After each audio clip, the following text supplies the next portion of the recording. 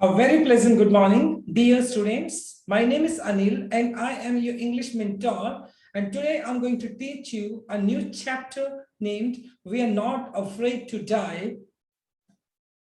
So let us start this particular chapter in detail.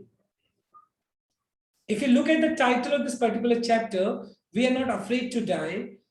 पहले हम इसके टाइटल को समझते हैं। ये जो टाइटल है वो इन्वर्टेड कॉमास के अंदर दिया गया है, डबल कॉमास के अंदर दिया है। सो इट शोज दैट कि जो टाइटल है वो क्या है, वो टाइटल कोई ना कोई पर्टिकुलर स्टेटमेंट या डायलॉग है। ये डायलॉग किसने बोला है ये तो हमें चैप्टर में ही पता चलेगा। We are not afraid to die, title को अगर समझे, we are not afraid to die यानी हम मरने से भी नहीं डरते हैं। If we can all be together, अगर हम एक दूसरे के साथ हैं तो कहीं ना कहीं मतलब करेज के ऊपर ये स्टोरी दिखाई गई, किस तरीके से साहस रखना चाहिए हमें अपनी जिंदगी के अंदर। And we can overcome the biggest challenge in our life, चाहे कितना बड़ा भी चैलेंज क्यों ना हो। If we have courage enough to face that those challenge, definitely we can overcome, तो हम उसे ओवरकम कर सकते हैं। अब ये जो डायलॉग है वो किसने बोला है, किस तरह की मतलब कोई इंसिडेंट्स होता है, किस तरह का प्रॉब्लम का फेस करते हैं, वो तो हमें चैप्टर में पता चलेगा। ये जो पर्टिकुलर चैप्टर लिखा है गॉर्डन कुक और एलन ईस्ट ने लिखा है। जो गॉर्डन कुक है वो इस पर्टिकुलर चैप्टर के ऑथर भी है एट द सेम टाइम, और वो नरेटर भी है। पूरा का पूरा चैप्टर गॉर्डन कुक ने एक्सप्लेन किया है, क्योंकि गॉर्डन कुक क्या है, वो अपनी फैमिली के साथ एक समुद्री यात्रा पे निकलते हैं तो उनको बहुत सारे चैलेंजेस का सामना करना पड़ता है। एक डिजास्टर होता है, एक स्टॉर्म आ जाता है, तो किस तरीके से वो अपनी फैमिली को बचाते हैं, क्या एग्जैक्टली होता है। Let us start this particular chapter in detail. In July 1976, देखो 1976 की बात है। In July 1976 my wife Mary, उसकी जो वाइफ है गॉर्डन कुक की, जिसका नाम मैरी है, उसकी वाइफ का, उसका एक लड़का है जिसका नाम जोनाथन है जो कि 6 साल का है। उसके एक डॉटर है सुजेन, जिसका नाम है सुजेन है उसकी डॉटर जो कि 7 साल की है। एंड आई गॉर्डन कुक खुद के लिए यूज कर रहे हैं सेट सेल। सेट सेल का मतलब है समुद्री यात्रा के लिए रवाना होना फ्रॉम प्लाईमाउथ इंग्लैंड। इंग्लैंड में एक जगह है प्लाईमाउथ के नाम से, तो वो समुद्री यात्रा के लिए इंग्लैंड प्लाईमाउथ से 1976 के अंदर क्या होते हैं, रवाना होते हैं। टू डुप्लीकेट का मतलब कॉपी करना, the round the world voyage. Voyage क्या होता है, समुद्री यात्रा। तो वो समुद्री यात्रा को डुप्लीकेट करना चाहते थे, कॉपी करना चाहते थे। Made 200 years earlier by James cook. और मतलब 200 साल पहले अगर बात की जाए तो एक कैप्टन हुआ करते जेम्स कुक के नाम से, उन्होंने पूरा वर्ल्ड का एक क्या किया था, एक वोयाज किया था, एक समुद्री यात्रा की थी। और उन्हीं की तरह जो गॉर्डन कुक है वो उनकी जो वर्ल्ड वोयाज थी उनको डुप्लीकेट करना चाहते थे। उनको मतलब उन्हीं की तरह वो भी पूरी दुनिया का क्या करना चाहते थे, चक्कर लगाना चाहते थे। फॉर द लॉन्गेस्ट टाइम काफी लंबे टाइम तक मैरी एंड आई, और मैरी जो उसकी वाइफ है, जो गॉर्डन कुक है जो कि 37 साल का एक बिजनेसमैन है, हैड ड्रीम्ड, सपने देखना, of selling in the wake up of. In the wake up of का मतलब था फॉलोइंग समथिंग या फॉलोइंग समवन, किसी का अनुसरण करते हुए, किसी को फॉलो करते हुए। द फेमस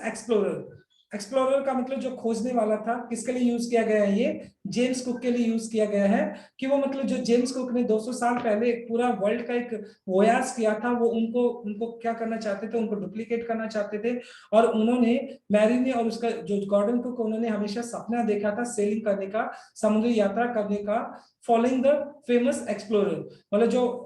फेमस एक्सप्लोरर मतलब जेम्स कुक को फॉलो करते हुए वो भी उसी तरह का एक वोयाज करना चाहते थे। And for the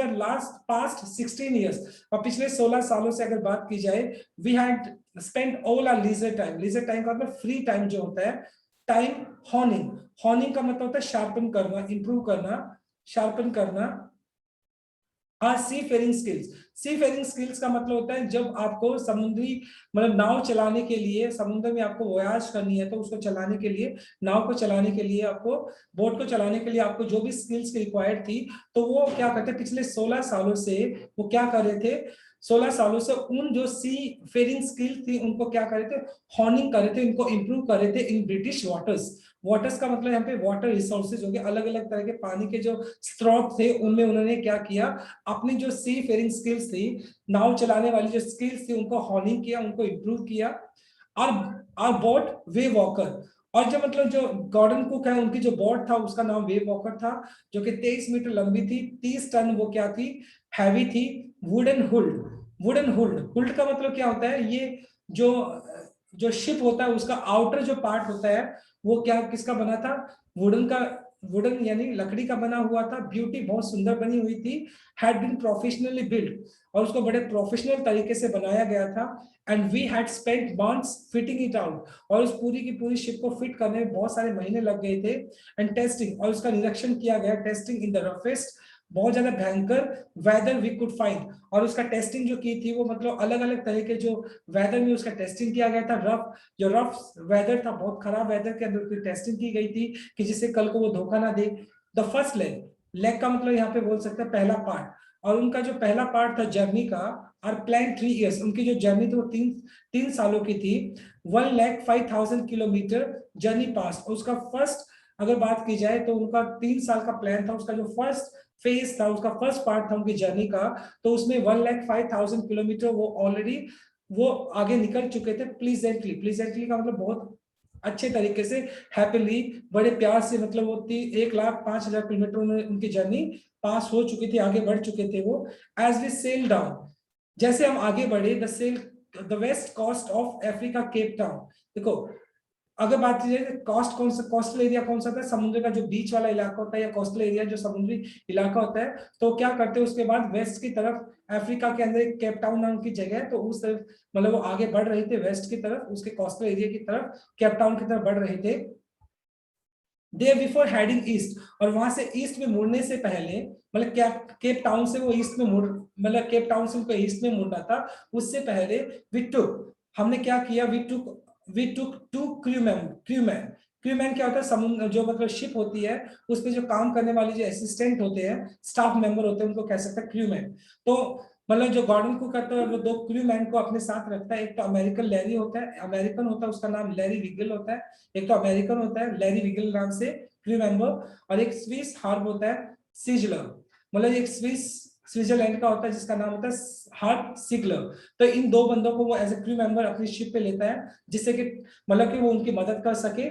two help us tackle one of the world roughest sea, क्योंकि वो बहुत ही खतरनाक सी के अंदर एंटर करने वाले थे, साउदर्न इंडियन ओशियन, मतलब इंडियन ओशियन के अंदर वो क्या करने वाले थे, एंटर करने वाले थे, और क्योंकि हो सकता था कि वो बहुत बड़े चैलेंज का सामना करे, उस चैलेंज को फेस करने के लिए उनको असिस्टेंट चाहिए थे, और उन्हें 2 क्रू मेंबर अपने साथ रखे, एक तो अमेरिकन लैरी विगिल था, लैरी विगिल उसका नाम था, अमेरिकन उसकी नेशनलिटी थी, दूसरा हार्ट सिगलर नाम से एक दूसरा एक क्रू मेंबर था जो स्विस का स्विट्जरलैंड का था।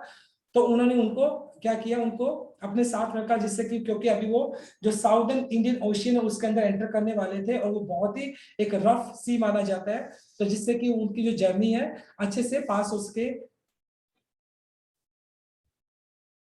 बट आज second day out Cape Town, अभी उनको मतलब दूसरा दिन हुआ था केप टाउन से निकले हुए,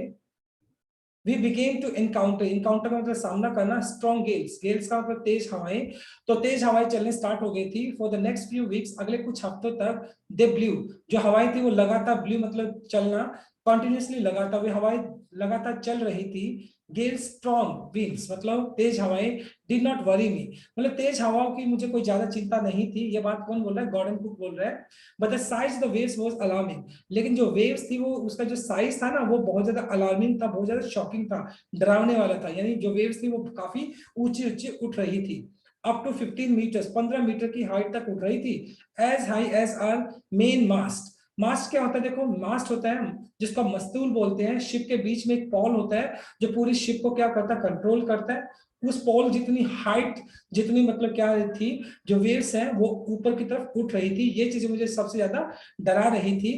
दिसंबर 25, अगर 25 दिसंबर की बात की जाए, found us 3,500 kilometre east of Cape Town, यानी वो केप टाउन के ईस्ट साइड में पूर्व की दिशा में 3500 किलोमीटर आगे निकल चुके थे, और 25 दिसंबर का दिन था यानी क्रिसमस का डे था, डिस्पाइट इसके बावजूद, एट्रोसियस, एट्रोसियस का मतलब फ्राइटेनिंग, डरावना, भयानक, डेंजरस वेदर, बहुत ज्यादा खतरनाक वेदर था, we had a wonderful holiday, हमने बहुत अच्छे से हॉलीडे को सेलिब्रेट किया, कंप्लीट विद क्रिसमस ट्री, हमने क्रिसमस ट्री को भी क्या किया, डिजाइन किया और उसको डेकोरेट किया, New Year day so no improvement, और नया साल आ गया, नए साल तक भी कोई उसमें कोई ज्यादा इम्प्रूवमेंट नहीं था, वेदर वैसा का वैसा बना रहा in the weather, but we reason, reason का मतलब थिंक, सोचना, we thought that it had to change soon, हमने सोचा कि वेदर चलो कोई बात नहीं अभी खराब है, बाद में वेदर क्या है ठीक हो जाएगा, and it did change,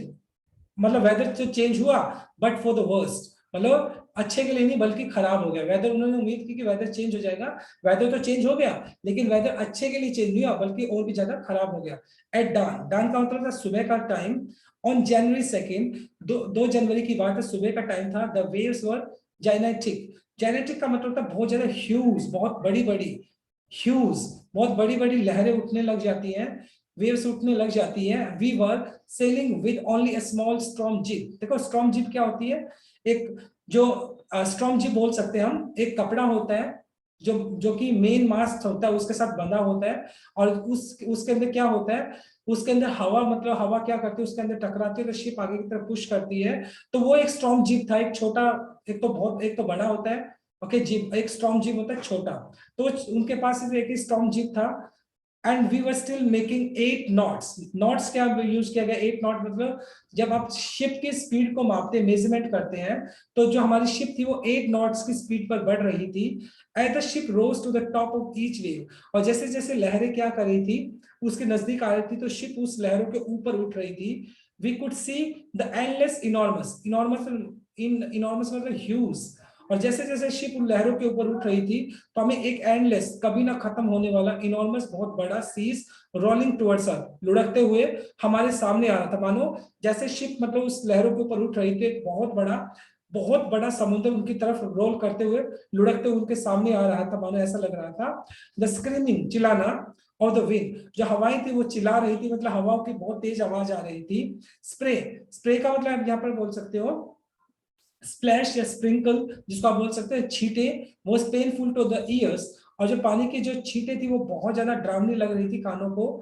to slow the boat down, हमें बोट को स्लो करने के लिए we drop the strong jib, और वो जो कपड़ा जिसमें हवा भरती है जो शिप है वो आगे की तरफ जाती है, तो क्योंकि अभी हवा तो ऑलरेडी बहुत तेज चल रही थी तो इसकी वजह से उन्होंने स्ट्रॉन्ग जिप को क्या कर दिया, ड्रॉप कर दिया, नीचे उतार लिया, लेस्ट, लेस्ट का मतलब बांध देना, ए हैवी मोरिंग रूप, मूरिंग रूप कौन सा होता है, एक बहुत मोटी सी रोप होती है उसको बोलते हैं मूरिंग रूप, और हमने क्या किया, लैश का मतलब बांध, लैश का टाई कर देना, एक हैवी सी रोप को हमने क्या कर दिया, बांध दिया इन अ लूप, लूप का मतलब क्या होता है, जैसे आप जैसे कोई ये रोप हो गया उसको गांठ मार देते हो इस तरीके से, तो रूप रूप लूप का मतलब गांठ मार देना, अक्रॉस द स्ट्रेन, स्ट्रेन क्या होता है, पीछे वाला इलाका, पीछे वाला जो एरिया होता है शिप का उसको बोलते हैं स्ट्रेन, जो पीछे वाला पार्ट होता है उसका शिप का, तो उन्होंने क्या किया, रस्सी के साथ उसको स्ट्रेंथ को बांध दिया, हैवी मूविंग रॉक के साथ बांध दिया, देन वी डबल लेस्ट, और हर एक चीज को मतलब हमने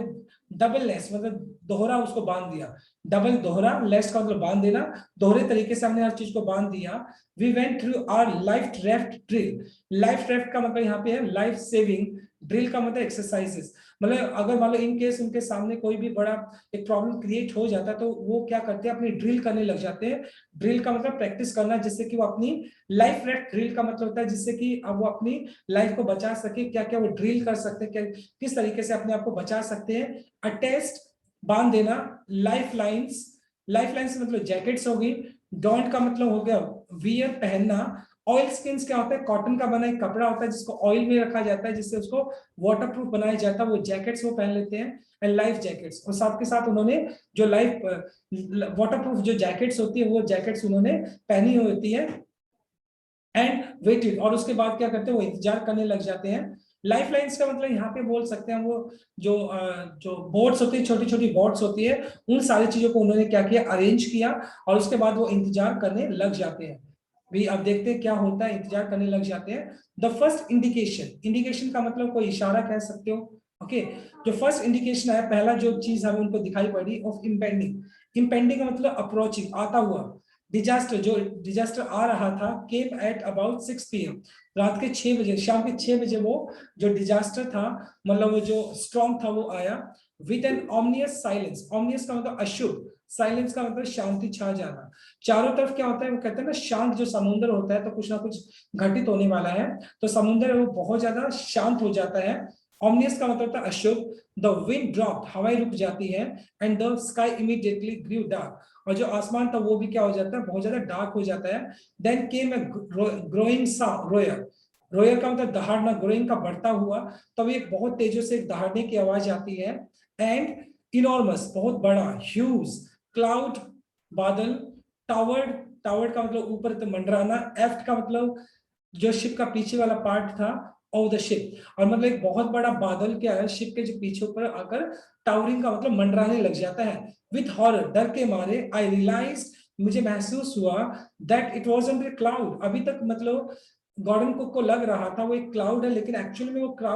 क्लाउड नहीं था, बट अ वेव, मतलब वो तो एक समुद्र की लहर थी, लाइक नो अदर, दूसरी लहरों से बहुत ज्यादा बड़ी। आई हैड एवर सीन, इतनी बड़ी लहर मैंने कभी नहीं देखी थी। इट अपियर, दिखाई पड़ना, परफेक्टली वर्टिकल, बिल्कुल सीधी दिखाई पड़ रही थी वो लहर, almost twice as the height of our waves, other height of as almost twice of the height of the other waves. और जो दूसरी लहरें थी उनके, अगर उनके कंपैरिजन में की जाए तो वो जो लहर थी जो कि हमारे शिप के जस्ट पीछे थी, वो उनसे डबल थी, दुगनी मतलब ऊंची थी। विद ए फ्राइटफुल, फ्राइटफुल मतलब डरावना, भयानक, क्रेकिंग, ब्रेकिंग का मतलब टूटना, क्रेस्ट का मतलब होता है ऊपर वाला पार्ट। और मानो जो लहर का जो ऊपर वाला पार्ट था, मानो कि वो पूरा का पूरा क्या था, टूट रहा था। किसके ऊपर? हमारी शिप के ऊपर आया था, मतलब टूट के वो हमारी शिप के ऊपर गिरने वाला था। द रोयर, दहाड़ना, दहाड़ना increase to thunder, thunder sound होता है as the stern moved up, strength जो शिप का पीछे वाला पार्ट है, moved up the face of the wave. और जैसे जैसे मतलब जो लहरें थी वो ऊपर उठ रही थी, मानो कि दहाड़ रही थी, और जो शिप का जो पीछे वाला जो पार्ट था वो मतलब वेव्स की वजह से क्या था, ऊपर की तरफ उठ रहा था। एंड फॉर ए मोमेंट, अरे कुछ टाइम के लिए, for a moment I thought we might ride over it, हमें मुझे लगा कि शायद ये हम इस लहर के ऊपर से गुजर जाएंगे। बट देन अ ट्रेमेंडस, एक बहुत ही ट्रेमेंडस मतलब कह सकते हो इंटेंसिव, बहुत बहुत ज्यादा भयानक एक्सप्लोजन, टकराव, शुक द डेक। डेक क्या होता है? पीछे जो एक शिप का एरिया होता है जिसपे बैठने की जगह होती है, तो वहां पर जो वेव होती है वो बहुत बुरी तरीके से क्या करती है, टकराती है शिप के साथ। टोरेंट, टोरेंट मतलब कह सकते हो पानी की लहरें, ऑफ ग्रीन, पानी की जो लहरें होती है ग्रीन कलर की, व्हाइट कलर की, water broke over the ship, और बहुत सारा पानी शिप के अंदर आ जाता है। माई हेड स्मैश्ड, स्मैश्ड का मतलब टकराना, इनटू द व्हील, व्हील मतलब स्टीयरिंग कह सकते हो, मेरा हेड, क्योंकि वो जो वेव होती है जब उसको डेक के साथ टकराती है, तो उस झटके की वजह से जो गॉर्डन कुक होता है उसका सिर व्हील के साथ टकराता है, उस मतलब व्हील के साथ टकराने लग जाता है, व्हील के साथ टकराता है, स्टेयरिंग के साथ टकराता है। And I was aware of flying overboard, I was aware of, aware of का मतलब मुझे इस बात का पता था, फ्लाइंग हवा में उड़ता हुआ ओवरबोर्ड, और मैं जाके मतलब उस टकराने की वजह से मैं क्या है, हवा में उड़ता हुआ ओवरबोर्ड, मतलब जो शिप का जो ओवरबोर्ड था उसके साथ में मैं जाके टकराता हूँ। And sinking below the waves, sinking का मतलब डूबना, और मैं उन वेव्स के नीचे डूब रहा था, क्योंकि टकराने की वजह से क्या है, वो ओवरबोर्ड पे जाके टकराता है और वो पानी की लहरों के नीचे डूब रहा था। आई एक्सेप्टेड, स्वीकार कर लेना, माई अप्रोचिंग डेथ, मेरी आने वाली जो मौत थी मैंने उसको स्वीकार कर लिया था कि अब मैं बचने वाला नहीं हूँ, मैं मरने वाला हूँ, यानी पूरी की पूरी फैमिली मरने वाली थी। And as I was losing consciousness, consciousness का मतलब होता है शुद्ध बुद्ध, और जैसे मतलब आपने वो शुद्ध बुद्ध खोने वाला था, आई फेल्ट क्वाइट पीसफुल, मुझे काफी पीसफुल महसूस हुआ, क्योंकि वो अब अनकॉन्शियस होने वाला था कहीं ना कहीं, तो मतलब उसको कैसा लग रहा था, पीसफुल लग रहा था। अनएक्सपेक्टेडली, जैसा उसने उम्मीद नहीं की थी, unexpectedly my head popped out to the water, popped out का मतलब हो गया ऊपर की तरफ आ जाना, उसका अनएक्सपेक्टेडली मतलब वो सोच रहा था वो डूब जाएगा, मर जाएगा, लेकिन अचानक से उसका सर जो पानी से बाहर आ जाता है, और फ्यू मीटर्स अवे, कुछ ही मीटर की दूरी पर,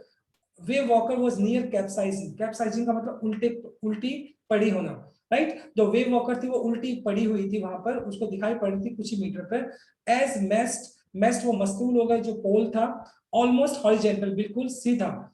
बिल्कुल सीधा मतलब शिप के मतलब समतल आया हुआ था, हॉरिजेंटल था। देन वेव, तभी मतलब एक लहर आती है, हर्डल्ड, हर्डल्ड अपराइट, हर्डल्ड का मतलब क्या कर देती है, बिल्कुल उसको हर्डल्ड, पुल इट अपराइट, मतलब उसको जो शिप होती है उसको वो सीधा कर देती है। हर्डल्ड का मतलब यहाँ पे कह सकते हैं खिंच, पुल करने, पुल पुल करती है और उसको क्या करती है, उसको सीधा कर देती है। एक वेव आती है, अभी तक शिप क्या थी, बिल्कुल समतल पड़ी थी, और उस शिप मतलब उस वेव की वजह से शिप क्या हो जाती है, बिल्कुल सीधी हो जाती है।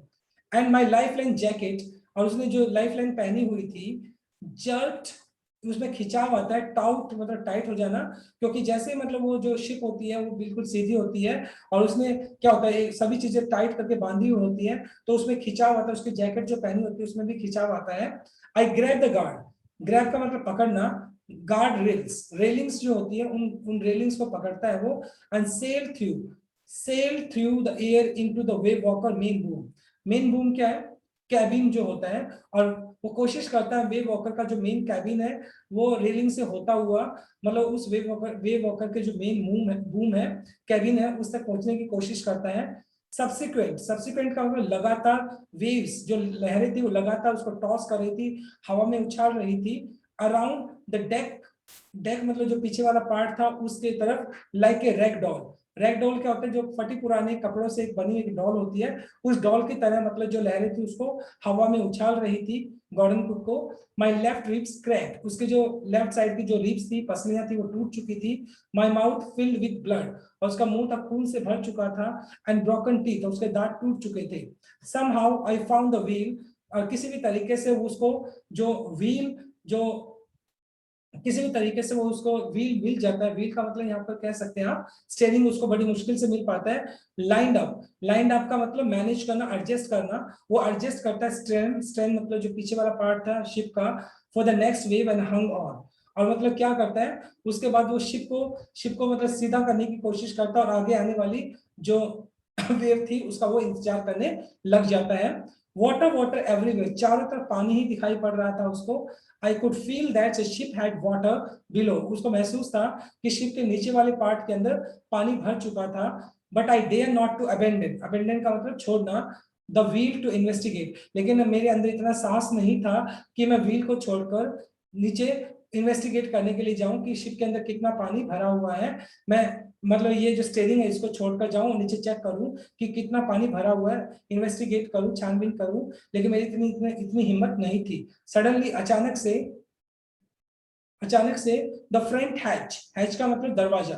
डोर, और सामने वाला दरवाजा खुलता है, वो स्टोन ओपन, झटके से खुलना। एंड मैरी अपीयर, और उसकी जो वाइफ होती है वो सामने दिखाई पड़ती है। वी आर सिंकिंग, वो आके कहती है कि हम डूब रहे हैं। शी स्क्रीम, वो चिल्लाती है। द डेक आर स्मैश, टूट जाना, जो डेक्स थे वो पीछे वाला जो पार्ट था वो टूट चुका है। We were full of water, हम पानी में, चारों तरफ पानी ही पानी है। टेक द व्हील, और इसके बाद मतलब क्या कहता है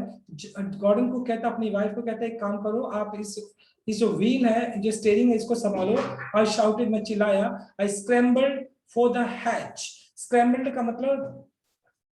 आगे की तरफ बढ़ना। ओके, फॉर द हैच, वो दरवाजे की तरफ जाता है, जल्दी से दरवाजे की तरफ जाता है। लैरी एंड हब, ये कौन थे, वो क्रू मेंबर्स थे जो कि गॉर्डन कुक ने अपने साथ रखे हुए थे। वो दोनों क्या कर रहे थे, बट पंपिंग लाइक मैडमैन, और पागलों की तरह वो पानी निकाल रहे थे शिप से। ब्रोकन टिम्बर्स का तो लकड़ी के जो टुकड़े थे वो टूटे हुए थे। हंग, अटके हुए ना, eight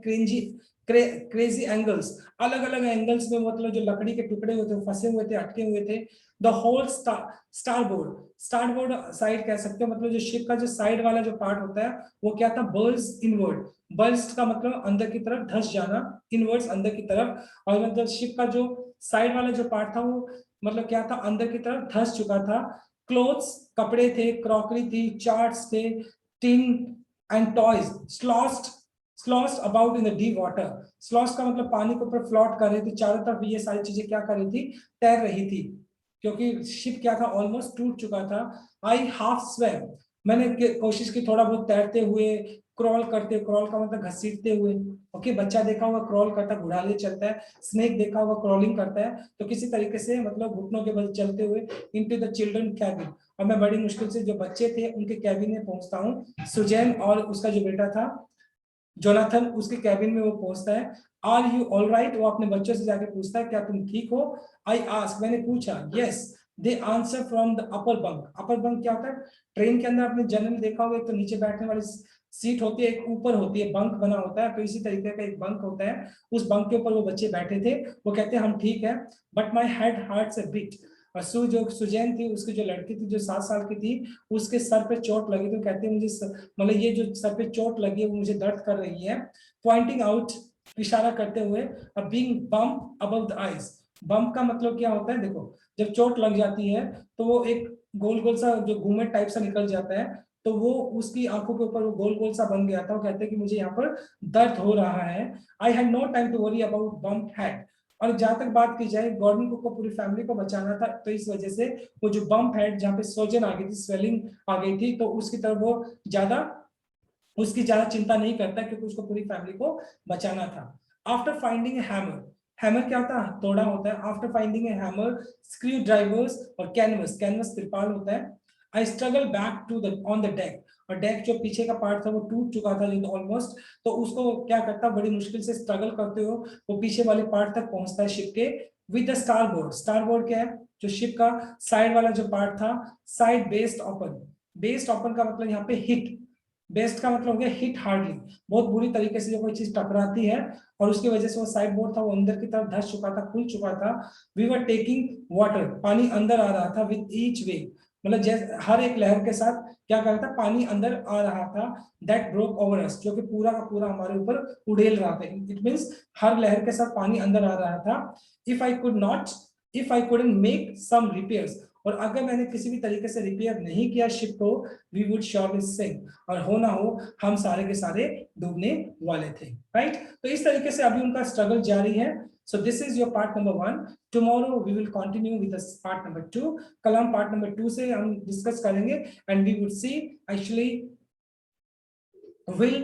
will Gordon Cook be able to save his family और नॉट। क्या गॉर्डन कुक अपनी फैमिली को बचा पाता है या नहीं बचा पाता है, वो पार्ट नंबर 2 में हम कल डिस्कस करेंगे। सो this is all about from my side today. Thanks for watching this video. Please do like, share, comment and subscribe to my channel. So tomorrow I'll come with the second part. Till then, bye bye, take care and have a nice day.